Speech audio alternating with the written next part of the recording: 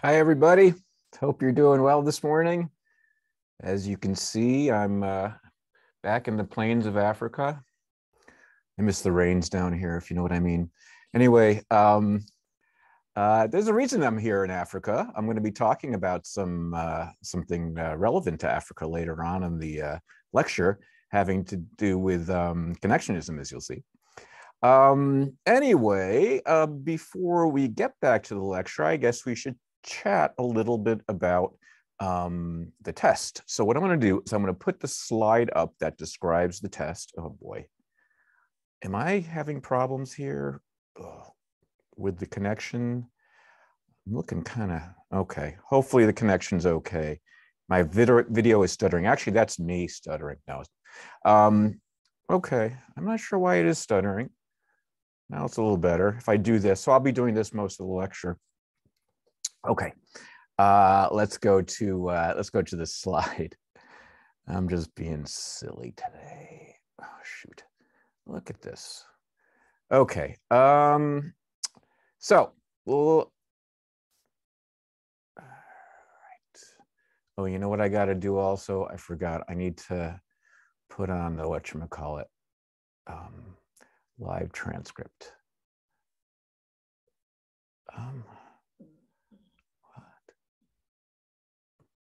I thought I did that. Oh, shoot. Oh, I'm so confused today. How do I do this? Live transcript. Oh, I'm so confused.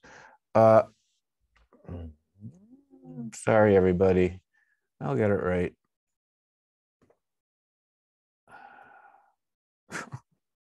Hope you folks are enjoying this. All right, let's just go through this. If somebody requests the transcript, I get a button that allows me to. There we go. There it is. Okay, thank you. I guess somebody has to want it. All right. So, okay, here's the midterm. Oh boy, you know, I was thinking this is going to be a really easy test. This will be probably one of the easiest tests I give because you're going to have about 20 questions already.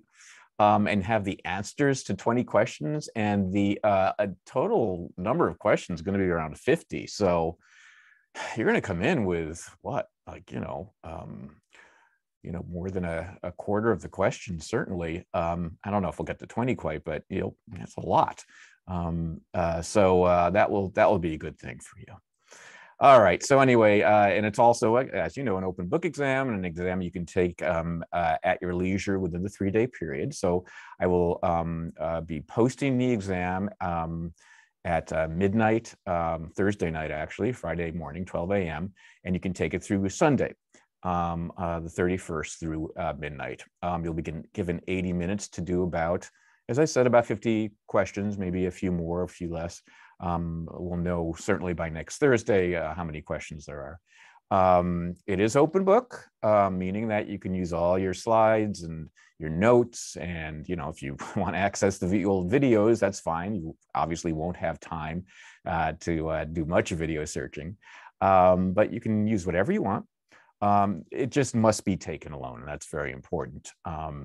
You must be doing it on your own, no Zoom calls or sitting there with a friend or anything like that. It's very, very important you take it on your own. And, we have ways of checking if that's not been done. So anyway, other than that, you have all this flexibility. It will be covering pretty much everything through, I think, at least part of next Thursday's class. I will certainly let you know. It will be very clear when we'll be starting new material that won't be covered on this first exam, but will be covered on the second exam. It will also cover everything that you've learned in discussion through next week's discussion, through Wednesday's discussion. So make sure you keep current on all that information. The teaching assistants are going to help me derive questions that come right from the discussion section. So there will be somewhere between 5 and 10 questions on the exam from them. And then there will be a little review session in the sense that you will be able to ask questions in your discussion sections for the last 10 minutes of that discussion section. I'll let the TAs know this. that they should save 10 minutes at the end of the discussion section next week so they can answer any questions you might have. Now, it's not a review session in that they're going to go through, pieces of the lecture or anything like that.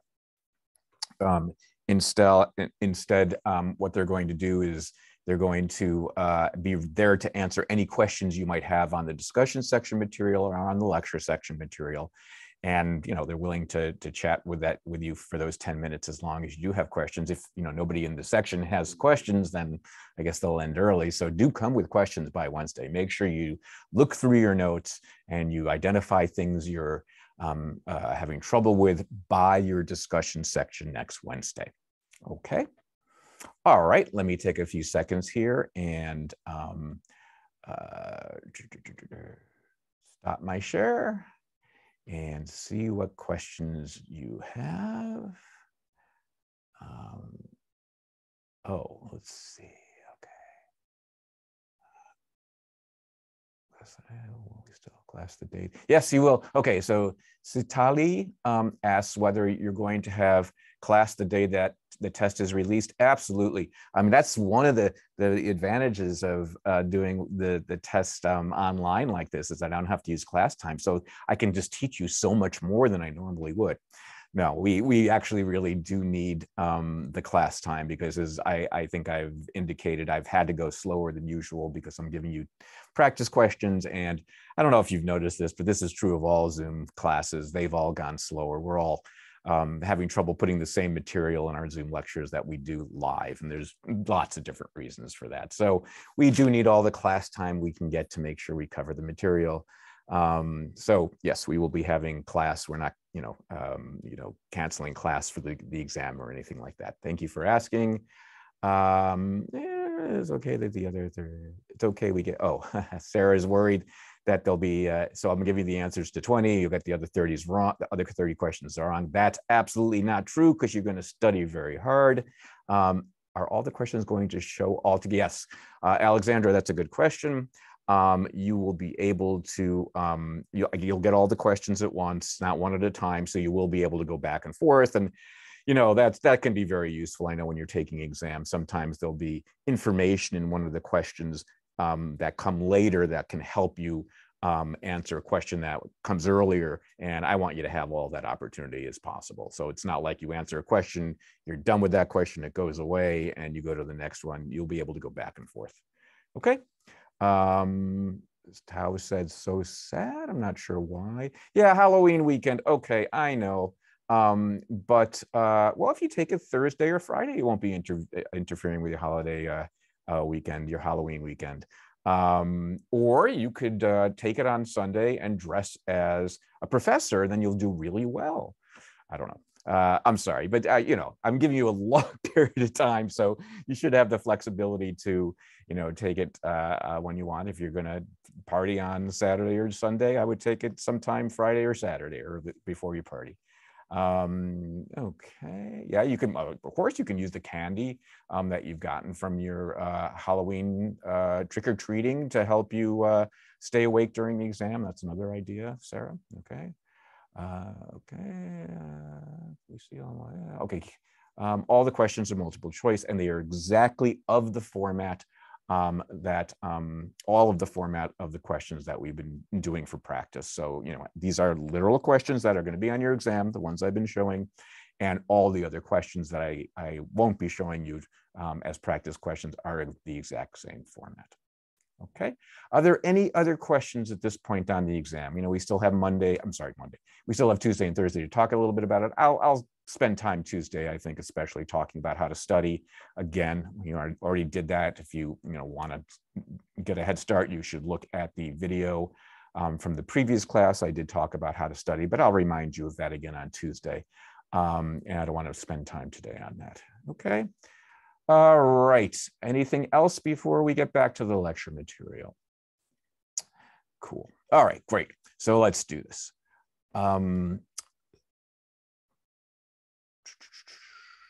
Okay, there we go. There I am. There's my little head in Africa. Okay, so let's remind ourselves of what we were discussing. we are kind of going through theories of perception. But as you understand, these theoretical issues kind of touch on deeper things, philosophical issues that can have implications for all of psychology, all of the science of the mind, which hopefully, you'll kind of carry with you pieces of as you go through the rest of your psychology education. But we're concentrating on perception because it's an especially nice place for us to evaluate theories of the mind. And we've gone through a number of theories. We've ended up here with connectionism. This will be our next to last theory. We'll start another theory on, I guess, probably maybe today, if not certainly Tuesday. But on connectionism, what we're trying to understand is how it's kind of distinct from the computational approach, because we've seen that it does have some similarities. Remember, we discussed that kind of tree diagram of feature detection and feature analysis in the context of the computational approach.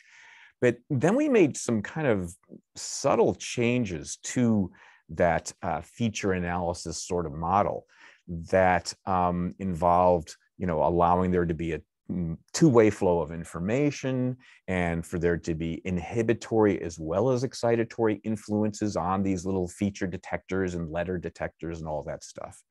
And then finally, we allowed there to be interactions within the rows.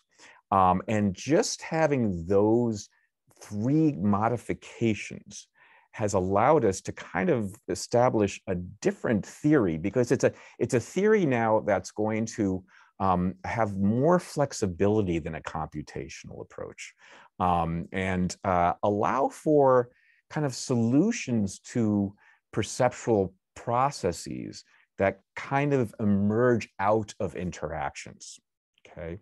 And we talked about that kind of being reminiscent of this notion of equilibrium, that, rather than having kind of strict rules, which is how we portrayed the computational approach for the most part. Think of this idea here of this, flow diagram of, if this is the case, if we have, for example, cues for distance in linear perspective, then this must be true, and this must be true, and all that sort of stuff. It's much more kind of strict, where with this kind of connectionist process, things seem a little bit more flexible.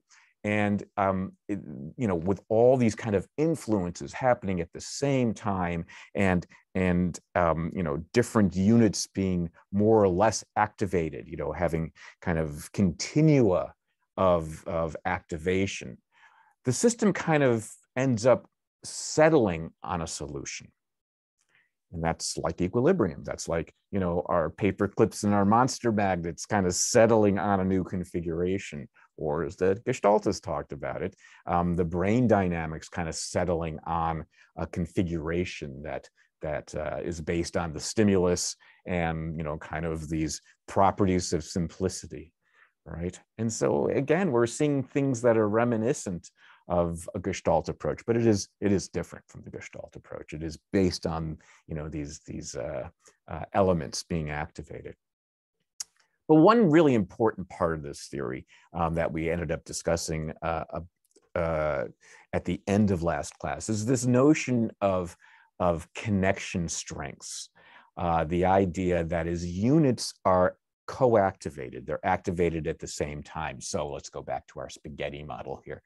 If this is a system that's trying to look for what the first letter in a word is, and you're getting a lot of activation for T here, that's partly being activated by activation of other letters that other, kind of subsystems are looking for. So this one's looking at the first letter, but there's going to be one next to it that's looking at the second letter. That's going to all kind of feed into this word, say, of trip.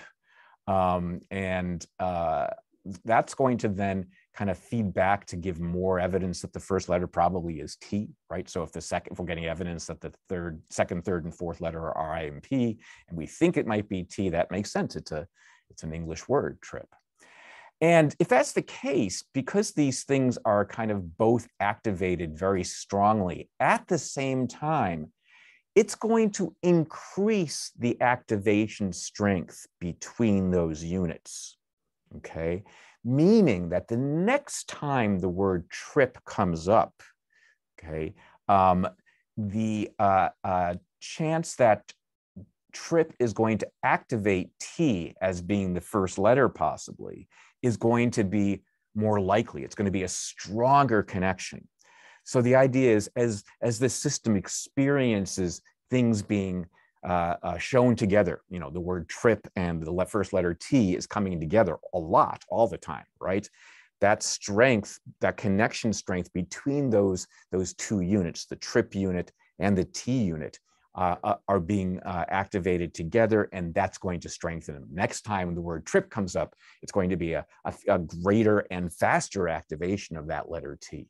And that's what I was trying to portray here as I was doing this little kind of animation of this unit being activated along with this unit again and again. Imagine this is trip, that this is a unit representing the word trip. This is a unit representing the first letter being T. And as these things get co-activated again and again, you know, every time the system encounters the word trip, they're going to be activated again and again. That strength between the units increases, allowing there to be a greater influence over time between these things. Next time trip comes up, T gets activated very strongly and very quickly because trip and T have been activated again and again. Okay, and this is a notion you might have learned from in PSYC1, for example, about Heb. Your intro class, Psych 1. Heb being this a scientist interested in the neurophysiology of what happens when neurons get co-activated again and again.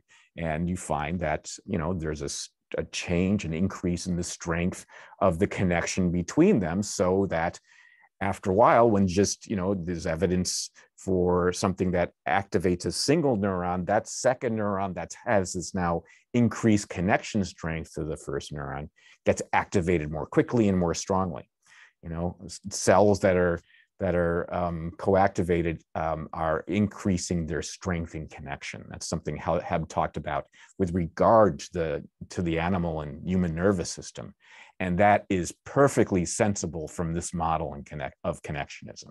It's very consistent with that, okay? Suggesting that, yeah, it's consistent with some things we know about neurons, right? Which is nice.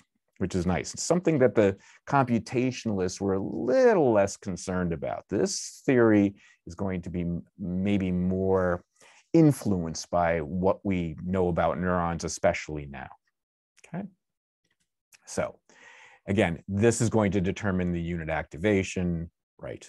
This unit gets activated, and then because the strength, that's why there's this big thick line here, that's what I'm representing. Because the strength is now greater because of the history of their co-activation, that second unit gets activated faster and stronger than it had in the past, okay? So that is what determines how quickly a unit will be activated by another unit. Cool. Now, there's something else about this system I think you're going to find interesting, and it has to do with representations, okay? So right now, the way I'm portraying it is that each unit here is representing a single letter, but it need not be the case. And what I mean, and this is a little confusing for people sometimes, that a representation of anything, a letter, a nose on a face, I don't know, a feature even, a feature of a horizontal line, may not be represented by a single unit, but may be represented by a group of units.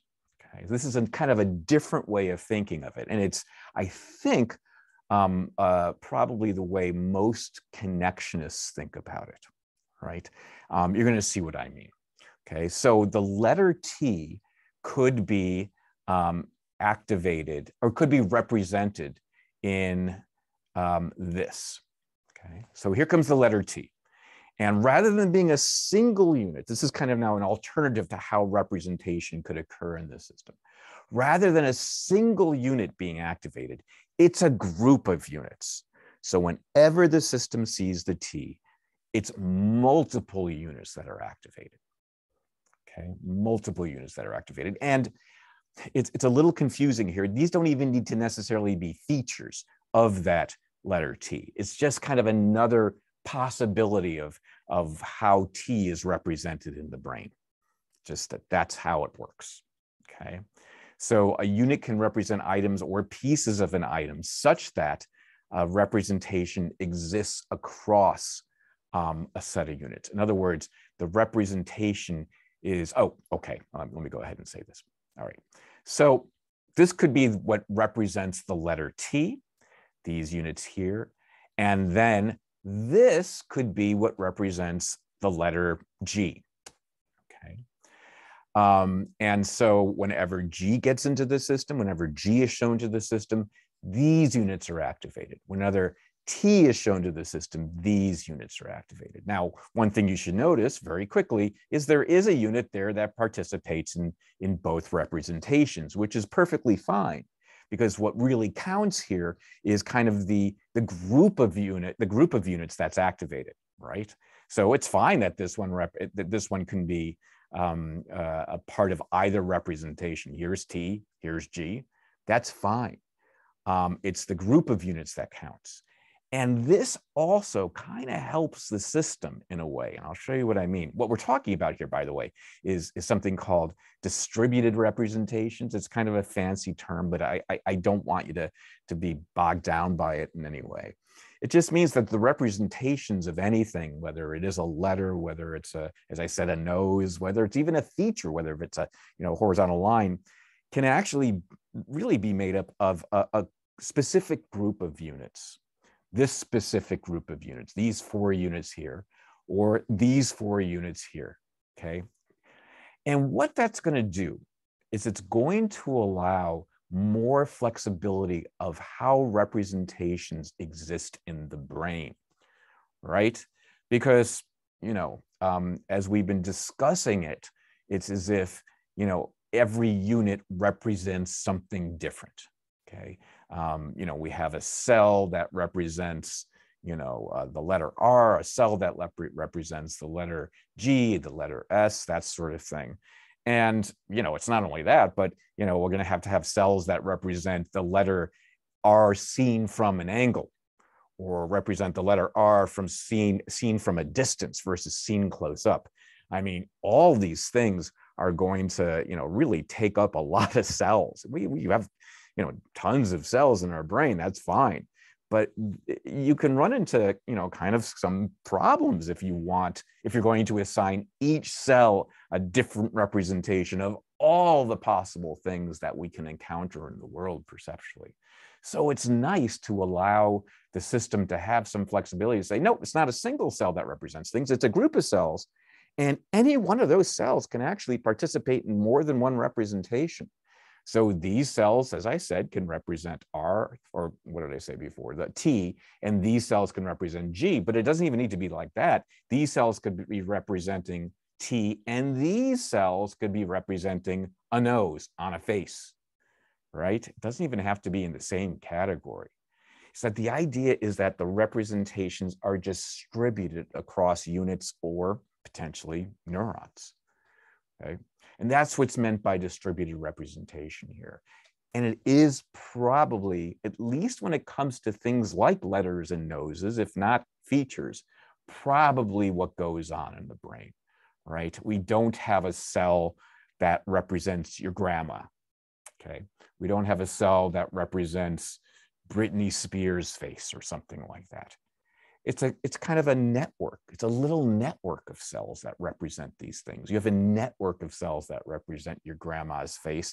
And within those network of cells, one of those cells, each of those cells probably have multiple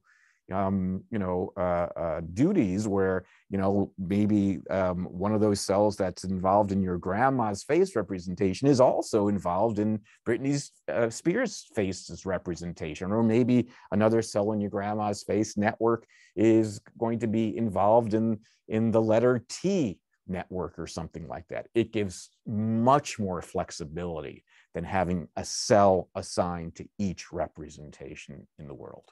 Okay, and it's probably much more of the way it works. So this sort of model, relative to this kind of more strict computational model we had talked about before, is probably more neurophysiologically valid. It probably is closer to the way the nervous system works in a few ways. Not only in the idea that the system, the representations can be distributed across units and across cells, but also in this notion that unit activation is not just an all or none sort of process, as we had discussed before. Okay, activations can be, weak or more strong or more and more strong. So there is, a continuum of how much activation any unit or group of units can have at any one time. So the idea of, kind of the all or none model of the neuron as, kind of a representation is probably not completely accurate. And maybe more importantly, a representation, because it's spread across units, can have a kind of what we call a gradation of activation or a continuum of activation. It's not all or none, right? It's either the, it's let me say that it, if you see an image that's close to your grandma and those units are getting activated, and how much activation they have as a group can be a little bit, a medium amount, more than a medium amount, a great amount. It is more of a continuum on the representations of your grandma's face, okay?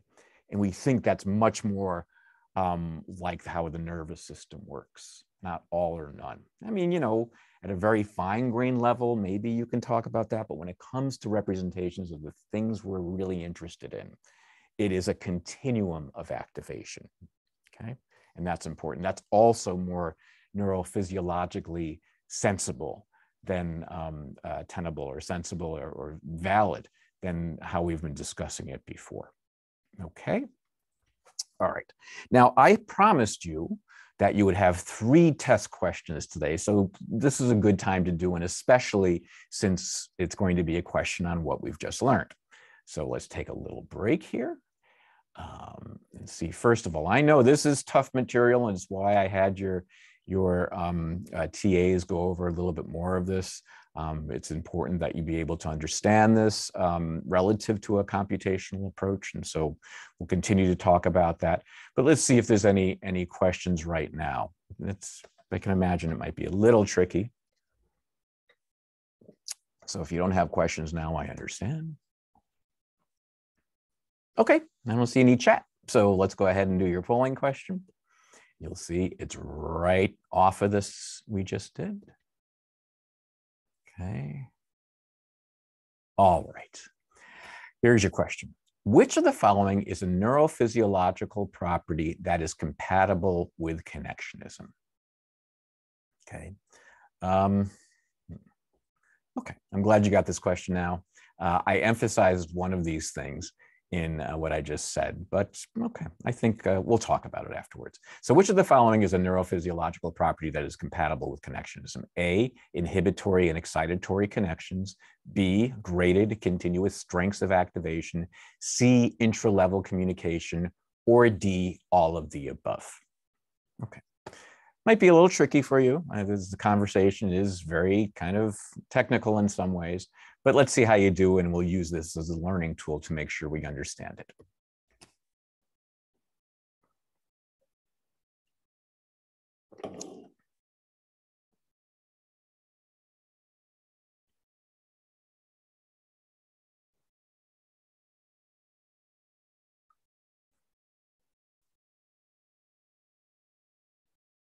You're doing great.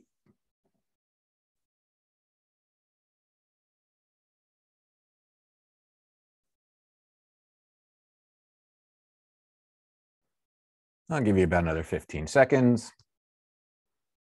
Doesn't mean nothing to you or to me. It's just practice. So don't worry about it. If you don't want to answer, you don't have to answer. Just kind of helps us know how we're doing.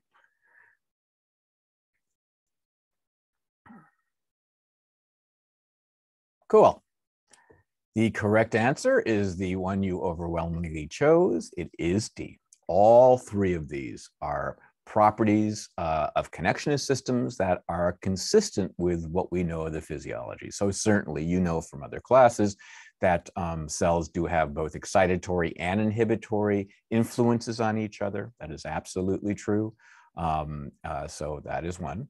I just mentioned how important the kind of continuous strengths of activation are, because that's really going to give this model the flexibility that the computational model didn't have. Really, when we were discussing computational models, at least as we portrayed them in the class, we talked about kind of all or none sorts of situations. You know, is this alarm on? If you will detect the fire alarm, if yes, do this, if no, do that. It's going to be much more continuous, much more you know, graded on the connectionist system approach. And intra-level communication is also one. It's not just, we know that there are inhibitory connections between cells that seem to, you know, be somewhat involved in, say, features and things like that. All of this, you know, cells are, you know, not just flowing, the information is not just flowing one way, it's flowing the other, it's flowing from, you know, higher levels down and all this, and within levels as too. So all those things that we kind of tweaked, we kind of adjusted to go from our kind of, you know, feature detection system in the computational model. All those things we tweaked to kind of bring about the connectionist system are tweaks that are consistent with what we know of the physiology. So the correct answer here is D. Good. I'm glad you're getting it. I know this is a tough one. I know this is a tough one, but I think you're doing well. You're staying with it. That's great. So now what we're going to do is we're going to talk about some of the benefits to this sort of system. We're going to talk about what the system allows. Okay. So I'm going to go back to my slides and talk about the fact that when you're discussing a system that has these kind of graded influences, you know, where connection strengths can change over time based on the system's experience and exposure over time to different stimuli, that it allows it to do things. It allows it to have a certain degree of flexibility that the computational approach really didn't allow. Okay. One of these types of flexibility is called graceful degradation. Okay, graceful degradation. And it's a fancy term that just means that if the stimulus becomes degraded in some ways, or our brains become degraded in some ways, that the connectionist processes can handle it well. That's what's meant by graceful here. That's all that's meant.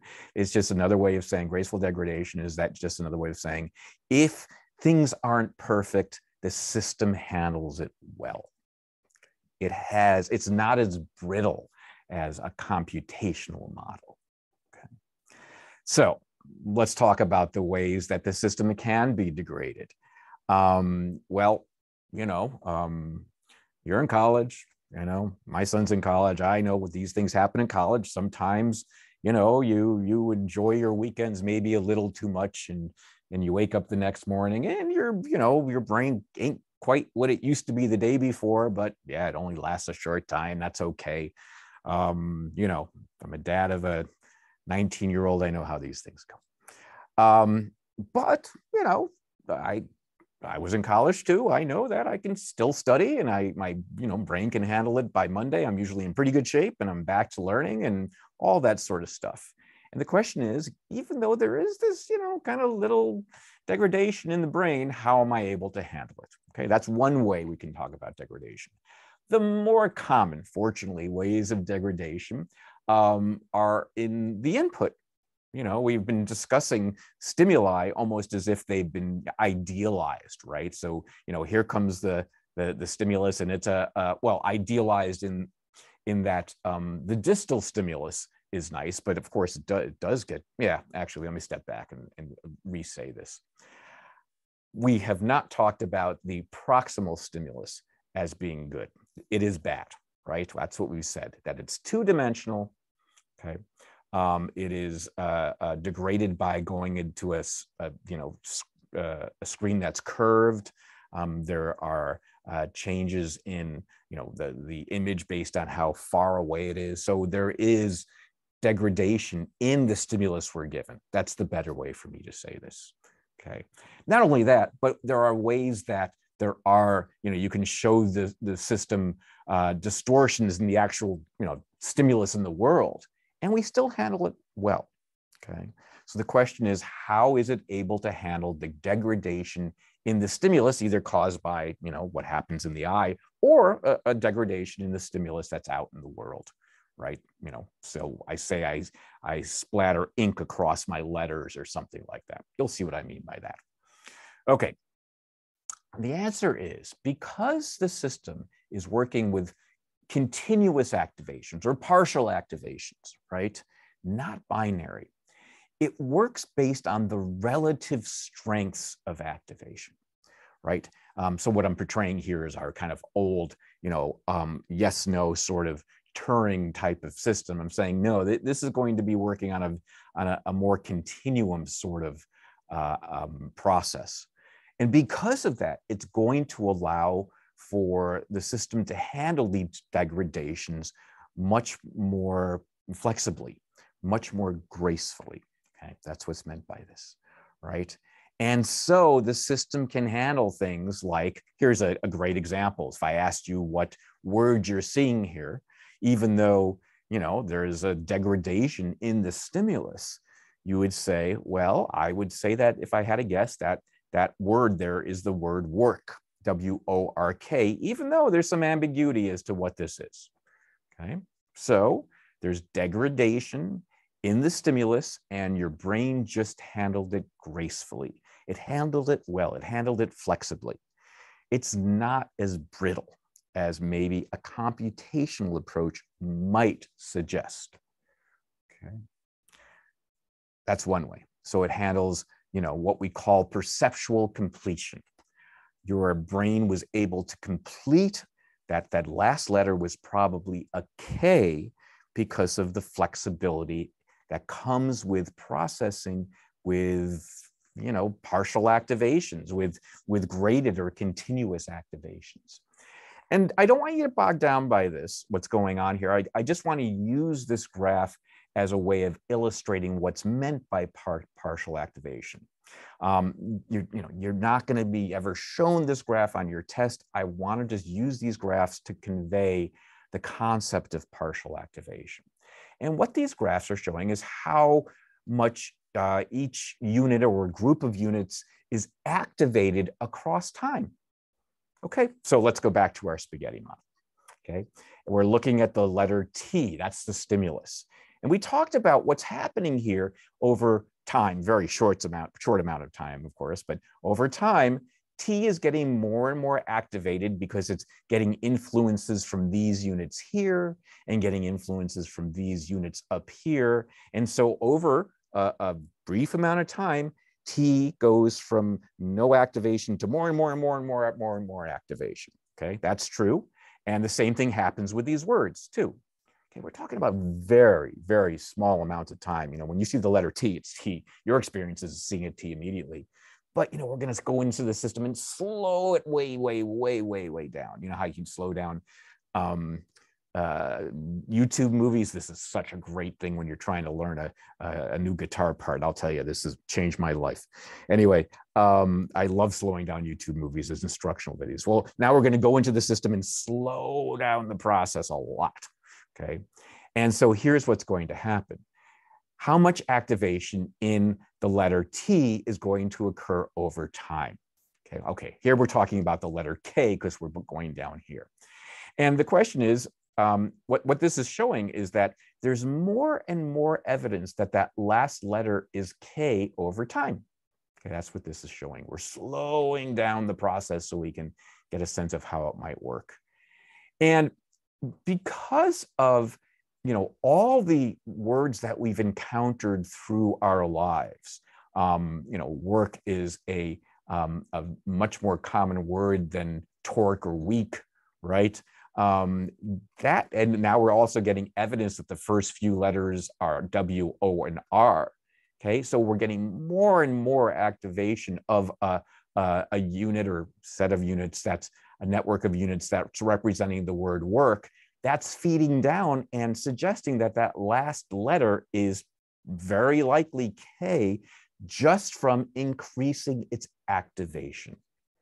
Okay, so you're getting a sense here of what might be going on in this spaghetti model. You know, I really wish I couldn't find a good animation here that would show that these things are lighting up more and more over time. The T is lighting up more and more over time. We're switching here to a K now, but it's the same idea that the unit representing K is lighting up more and more and more. And that's going to be increased you know, in the very kind of short amount of time because of the influences it's getting from, you know, the word representations above.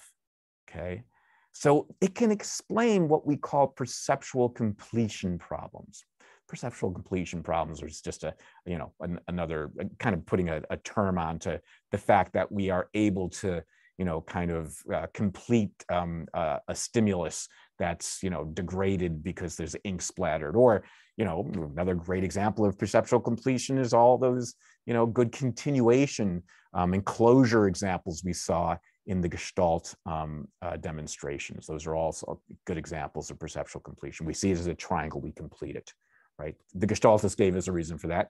And now the connectionists are kind of giving us a reason for that too. We see it as a triangle because of the relative activation strengths of what's going on. Okay, but we'll talk about it mostly with words today. Okay, so it helps explain this. And as we discussed, oh, shoot, okay, it helps explain things like brain lesions, or in, you know, these are pretty dramatic brain lesions. You know, knock on wood, none of us have a brain lesion like this, but you know, if you over imbibe one weekend and you lose a few brain cells, well, you know, the system's pretty darn good at compensating for that. And part of it is because of what's going on here, that these partial activations, these kind of continuous activations that allow there to be these kind of multiple influences do in fact allow for us to kind of compensate for the degradation that in this case is not happening in the stimulus, but is happening in the brain. The system can handle it gracefully, can handle it flexibly because of the partial activations and the way all these things influence each other. Okay, so that is an appeal. Here's another example, and I see there's some questions. We'll get to those in just a second. Here's another example of this. This is another example of graceful degradation. Let's talk about it now with nonsense words. So you see this word here. Now, if I asked you to say, what nonsense word do you think this is? I think most of us would say yeed. Okay, yeed, Y-E-A-D. That's the most likely nonsense word. Now, look, it could have been lots of things, right? It could have been YCAD or YFAD. You see what I'm saying, right? The ink splattered on this could be covering up a C or an F. But for us, it seems it's most likely an E. Now, why is that the case? Well, intuitively, you'd say, the brain or our you know, cognitive system knows something about the spelling rules of English. Okay, it is based on a rule the brain knows. In fact, from the computational approach, rules are kind of the emphasis.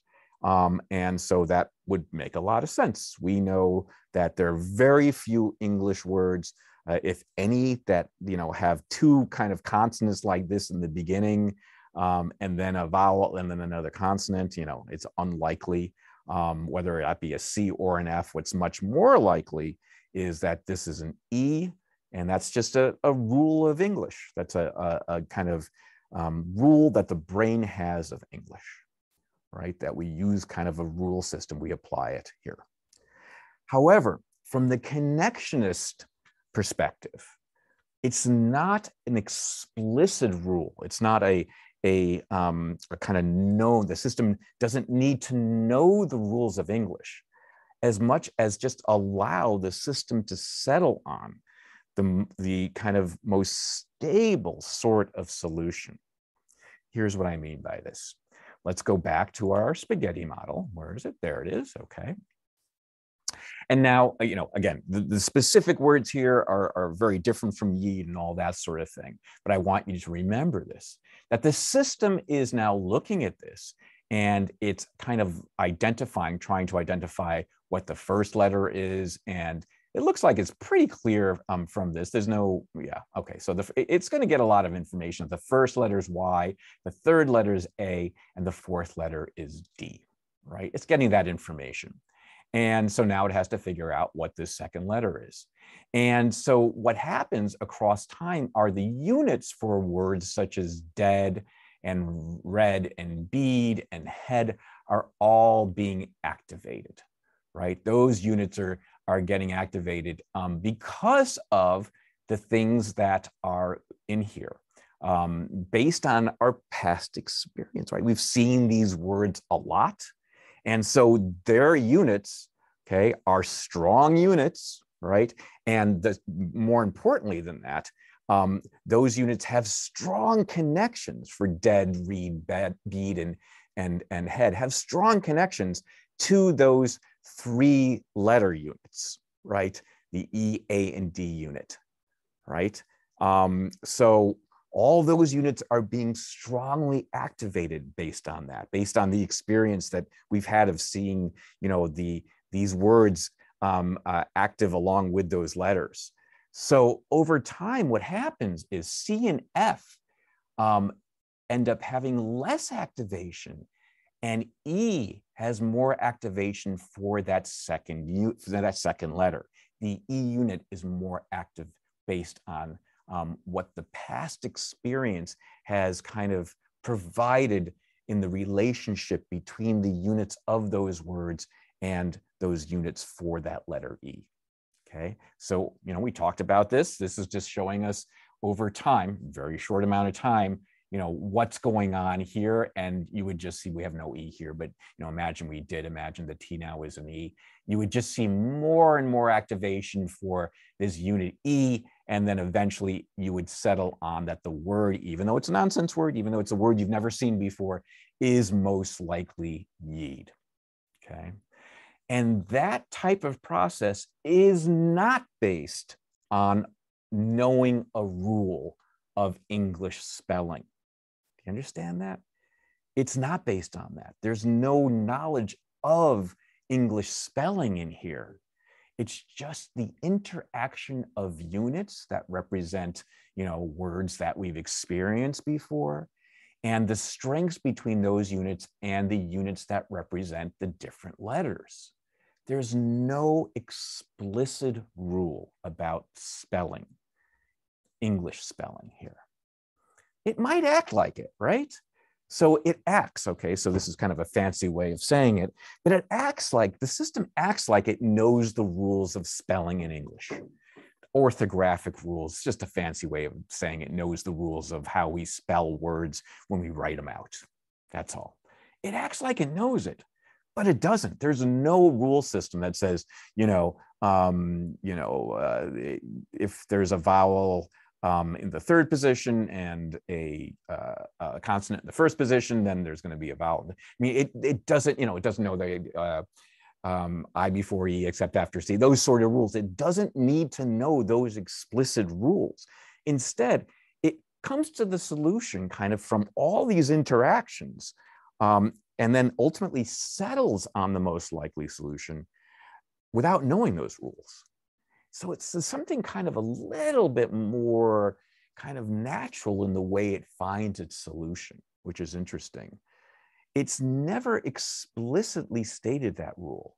Instead, what seems like a rule of spelling emerges. It's not a real word.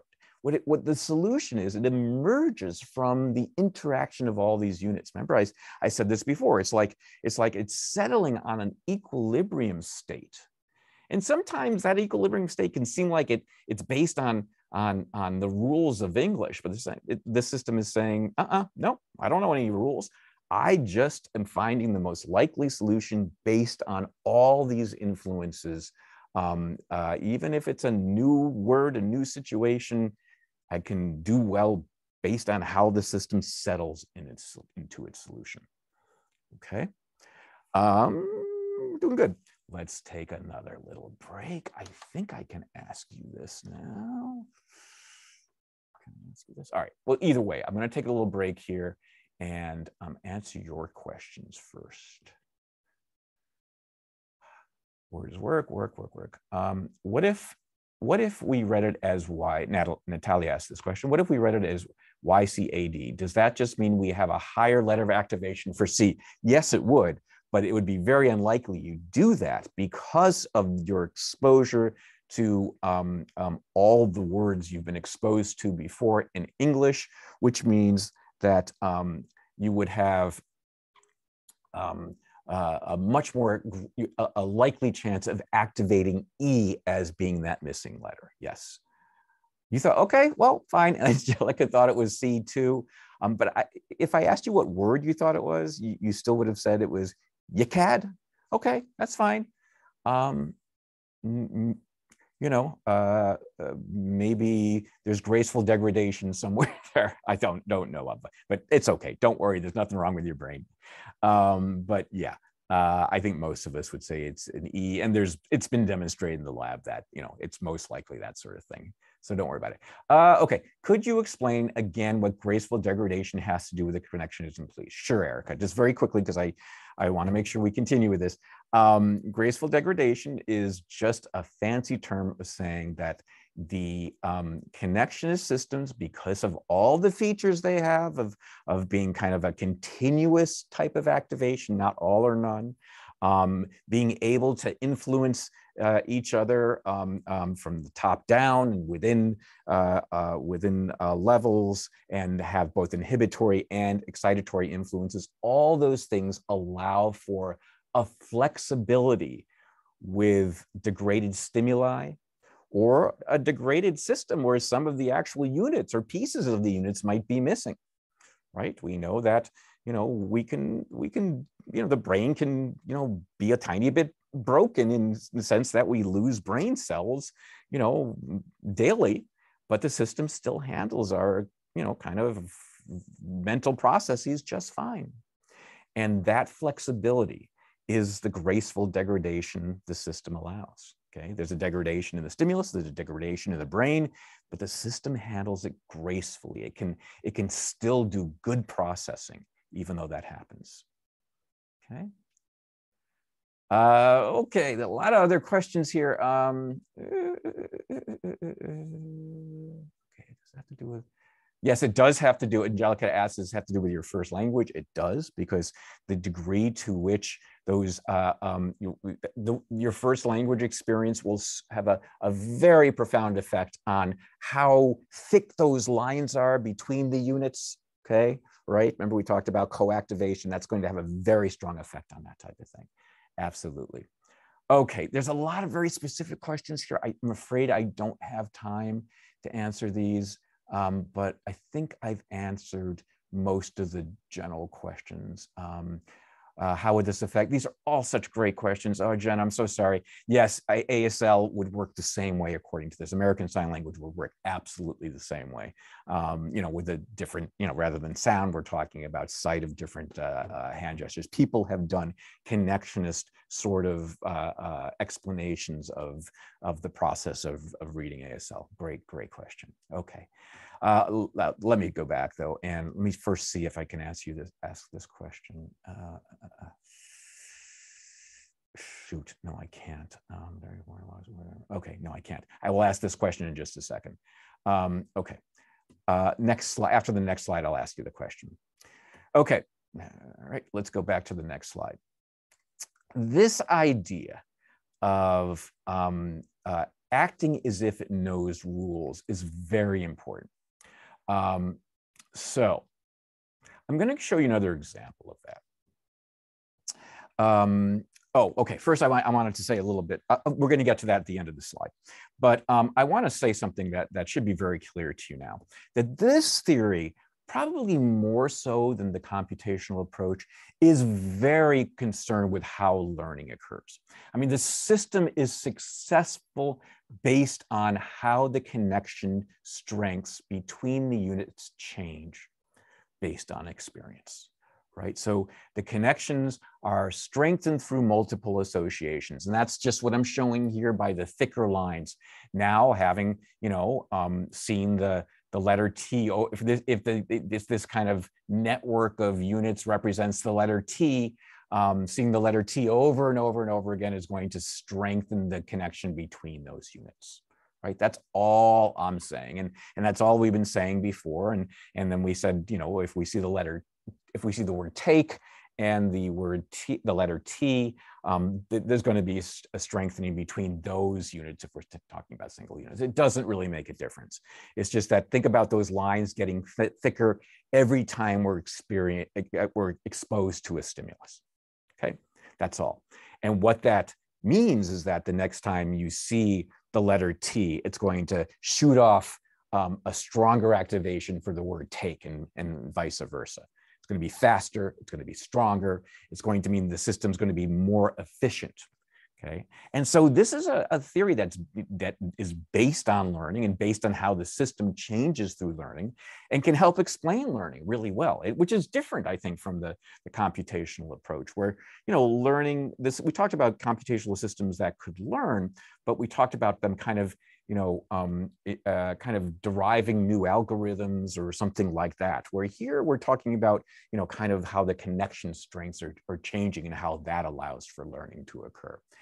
It is important then to think about the learning as kind of a byproduct of the processing activity. It's just, how much of these, the system changes based on how these, kind of the strength between the units, the connection strength changes, and the system therefore gets better at something based on how those connection strengths change over time. These connections get stronger over time. And that allows learning to occur. It's kind of a processing of the activity. Things that are activated together get strengthened between them. And that is how we learn. It's a byproduct of the processing, right? Very simple. And here we go back to this idea again. It is not based on explicit learning of rules. This is not a rule learning type of system. Again, it can seem like it's learned some rules, but it doesn't. Okay, and that's one of the very important distinctions from the computational approach. Let's give another example of this just to kind of really help us understand it. Okay, one of my favorites is this, and you might know this about babies, infants that are learning to talk. They have what's called an acquisition error. And acquisition errors are very simple things to understand and remember.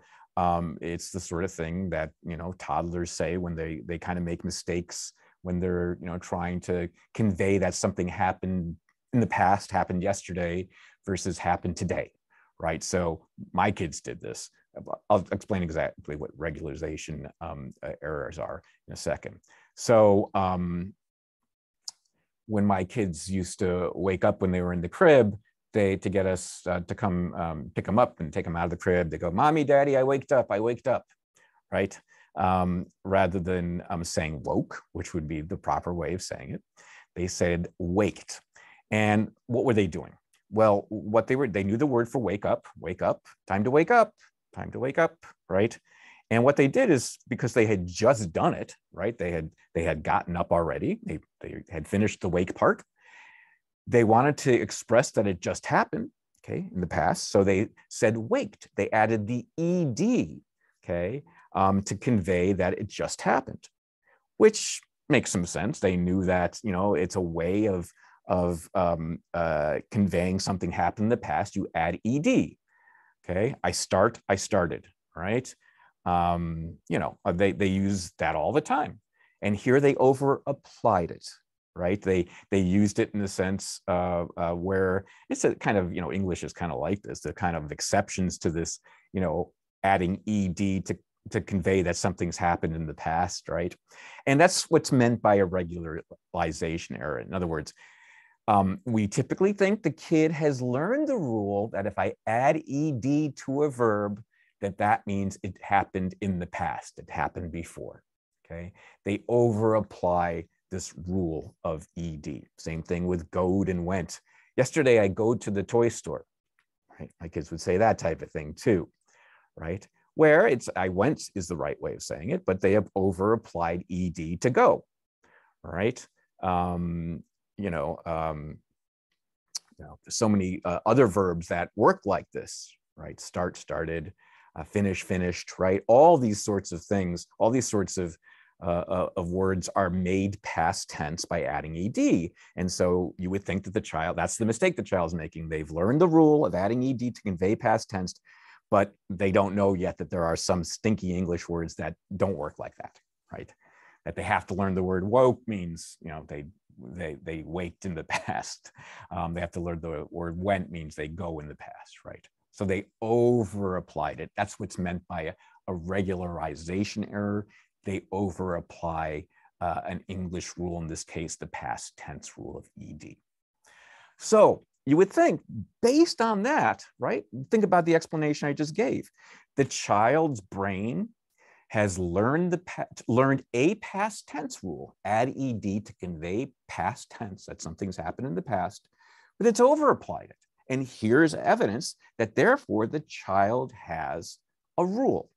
The child knows a rule. The child brains knows a rule, right?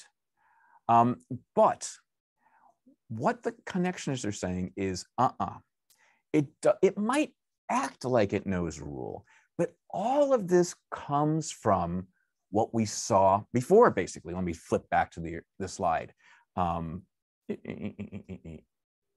This, right? It's the same type of thing here, right? It's like, it's not quite sure how to do this. This is, of course, now language production, not perception. But it's based on what it's seen before. It doesn't necessarily, these are just all the words it's encountered before for conveying past tense, start, started, finished, finished, all those sort of words. And it's just based on the activation of all these past tense words that have worked, it's now applying ed to goat. Now it doesn't know the rule. It kind of seems like it does, but all of this has to do with how different units need to be activated to convey past tense. So again, now we go back to here and talk about these regularization errors. The system acts like it has a rule, okay? But the connectionist system is saying, nope, the connectionist theorists are saying, nope, it doesn't have a rule. It might act like it, but it's all kind of coming out naturally based on how the units are, the connection between the units are strengthened over the time. And one of the byproducts is, sometimes the words will be goed and waked based on how these, how these units are occurring. It doesn't know the rule explicitly. It's just activation and connection strength based on experience, okay? It seems it's like a subtle difference, but it's going to be an important difference, as we'll see. Okay, so let's just get down to this kind of in terms of its nitty gritty, and now talk about Hebb, just to make sure we did have this at some time. He was talking about synaptic modification, strengthening synaptic connections. Based on this. If units are simultaneously excited, there'll be an increase in connection strengths between them. This is exactly what Hebb said, right? And now we're saying the same thing with connectionist units and strengths between those units. So basically what we're saying here is that Hebb has provided a really interesting kind of conception of how the nervous system changes with experience. And here we can use it in a connectionist model. And this connectionist model can be very, very powerful and even explain behaviors that seem like They're based on a child knowing explicit rules, but they're not. Okay? It comes out naturally based on connection strength. So think about how powerful this is. You know, you don't need to say, okay, somehow these neurons are connecting together more strongly than they did before, and they're doing so they can explicitly know the rule of past tense. And what the connectionist theorists are saying is, just let those connection strings happen. It's never going to need to know a rule. It might act like it knows a rule, but it never needs to know a rule. All this sort of behavior just comes out of the connection strengths between these units, between these cells, changing over time. It's a really kind of elegant way of talking about how learning occurs, a very simple way of talking about how learning occurs without assuming that the child needs to explicitly know the rule of past tense. Okay, it might act like it is, but it's all coming out of very simple changes in unit strengths. Okay, cool. Now we can do our question. Oops, I'm just looking at the time here. All right. This is a gimme. You guys, oh, okay, I'll go back to, I see you have one question there in the chat. I will go to that in a second, but it's a little, that's not too tricky. You're going to know the answer right away because of what we just talked about. There is one distractor in here, one FOIL answer in here that you have not learned about yet. You'll learn about it very soon. So don't get scared of it, but it should be very simple for you. Connectionist models are especially good at modeling A, Turing machines, B, affordances, a term you haven't learned yet, C, laws of organization, or D, regularization errors. There you go.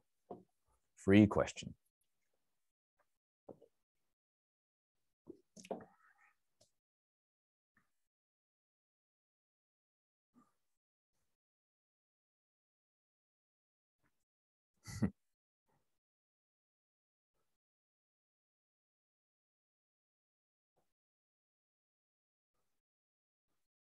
Okay, I'll give you about 15 more seconds. I realize I might have messed up a little bit. I mean, you know, in something I said, believe me, I mess up all the time in the rest of my life, but on something I've said regarding this question. It's not really a mess up. It's a little bit of a diversion. I'll talk about it now. Okay, good. The correct answer is D. And I realize now why some of you might have said C. All right, let me go through A. Okay, Turing machines are on, off. They are not graded. They have very little to do with connectionist systems. So that is not the correct answer. Affordances, you haven't learned yet. That's the distractor you don't know. You'll learn it later. And it really has nothing to do with that. Now, laws of organization. Here's how I messed up. I said before that connectionist models are good at explaining completion, like in some of the completion, perceptual completion. Some of the examples, you can turn to the Gestaltists to look at those stimuli. Now, oh boy, this goes well beyond the class. If I were teaching this as a graduate class, I would say that I could imagine connectionist models might be able to help explain the basis of some laws of organization. I don't want to confuse you though, because they can explain perceptual completion, and perceptual completion has been discussed in the Gestalt context as being explained by laws of organization. It's not the answer I want you to give. You know, I'll probably, because I kind of backed myself into a corner here. You're such good students. I think I brought this example up thinking that it might not be a bad idea to make a little connection to that part of the Gestalt approach. But I don't want to distract you here. The answer I'm looking for here is regularization errors. That's what's explicitly addressed on the slide. So I think I'm going to have to replace that third answer. So when you see this question, the answer is regularization errors. I will take out the laws of organization because I realize you could have been confused by that. And if you were confused by it, it means you were listening really well. But the answer I want here is regularization. Okay, I'll give you that question again later on, I think, just to make sure we're clear on how to answer it for the exam. But the correct answer for the exam is D, regularization errors. Okay, cool. All right, let's see if there's any questions here. How do the individual units get created? Mason asks, how do the individual get? Well, very, very good question, Mason. And I would say that that might be a question for an evolutionary biologist in some ways. But how do they get kind of established as having representations? That is a very good question. And I don't know exactly how a connectionist would answer that. That's a great question. I think they're going to, they're certainly not like, British empiricists where they're going to say everything has to come from experience. And experience plays a very important role in this theory, but I think they're going to say that that some units are going to in fact come from evolution, from nature, not nurture. But I don't know the details of that. It's a very good question. Erica asks, I wish we saved that question for the test last time. Oh boy, I'm glad we didn't save that question for the test because I might have misled you a little bit. There is actually there's some commonality in that, in some of that thinking there. Okay, terrific. Oh boy, we only have 8 minutes here. I think I'm going to have to shoot. Okay, I'm going to give you 3 questions in the next class because I'm going a little slower. Let me finish the lecture on connectionism and see if we do have a time for that last question. I don't think we're gonna, but let's see. Oops, sorry. So I'm going to finish off by kind of a summary slide, but I'm also going to talk about something new here. And this is where my background image of Africa is going to play a role, as you'll see. Okay, so as a summary, though, what's appealing about this? Well, clearly, we're finding that we have a theory now that seems more consistent with what we know about neurophysiology, right? Especially more modern conceptions of neurophysiology. So, we've talked about the idea that even, there are certainly cells that seem to be on a continuum of activation. And, even if there are cells that have an all or none sort of firing process, there are other cells that seem to be on a continuum of activation, and representations might be better portrayed as being networks of cells, not single cells. And if that's the case, these can certainly be on a continuum of activation. If we're talking about multiple cells, we don't need to talk about them all on or all off. It's very easy for us to talk about them as a network that's either dimly or moderately or averagely or greatly activated. That's a very sensible sort of thing. So this theory probably is more consistent with what we know about neurophysiology. This idea of graceful, the system easily learns. Sorry, my slide isn't showing the right stuff. My notes aren't showing the right stuff. The system easily learns, and that's a really appealing part, right? We really haven't dealt a lot with perceptual learning. And here's a system that, here's a process model that can help explain that readily. I mean, the system is absolutely based on, it's requiring, connection strengths changing with experience. So experience is absolutely necessary to explain the theory. And so their theory incorporates learning right into its processes. Absolutely critical.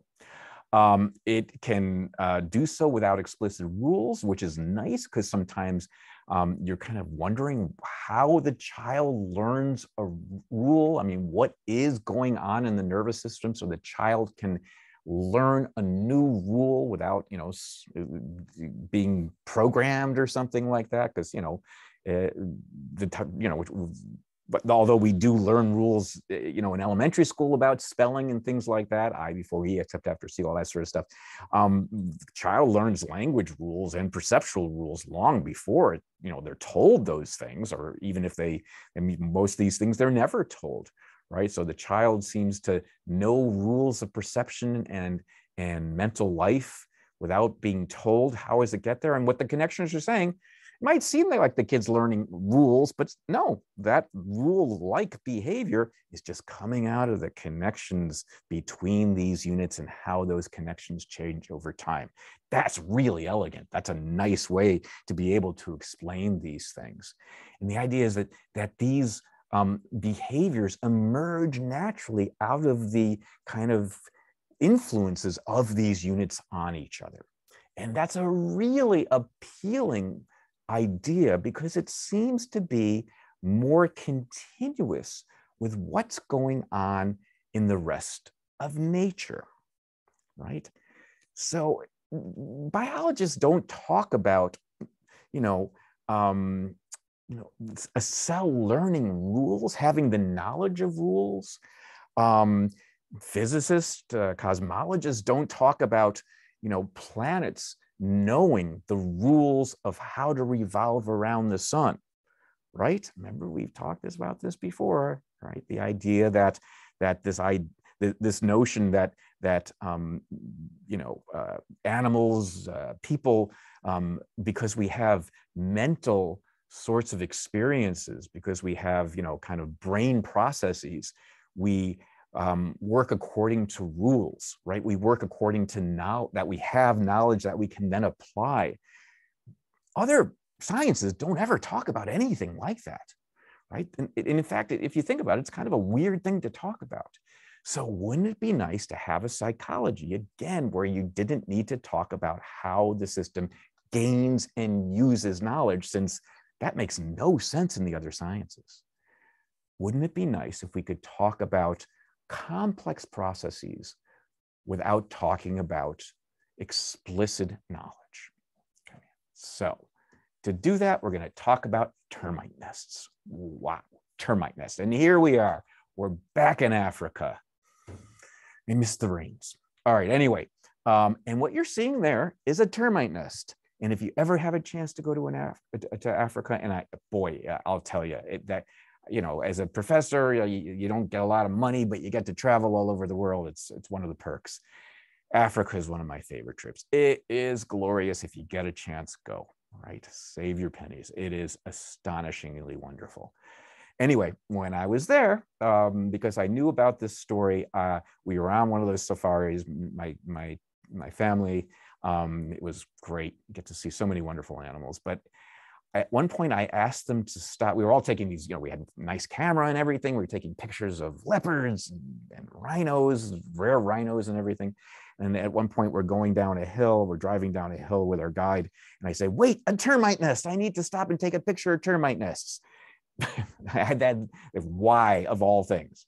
Here's why. Now, this is not a picture I've taken. I didn't see them this big, but I saw them growing. Termite nests are fascinating things because it has long been unclear how termites can build such elaborate structures. If you get a chance, go ahead and look inside a termite nest, because what you see inside termite nests are like sophisticated caves and caverns and domes and archways. And the question is, how do these silly little dumb termites know how to build this thing?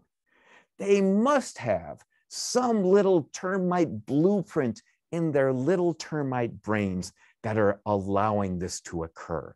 They have some sort of very detailed representation of what the termite nest should look like after it's done, and they're doing it.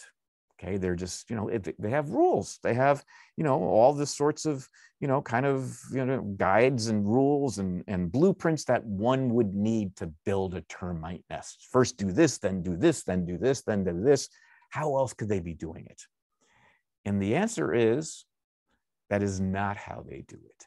They do it by virtue of a very elegant emergent property, which I will have to tell you about on Tuesday.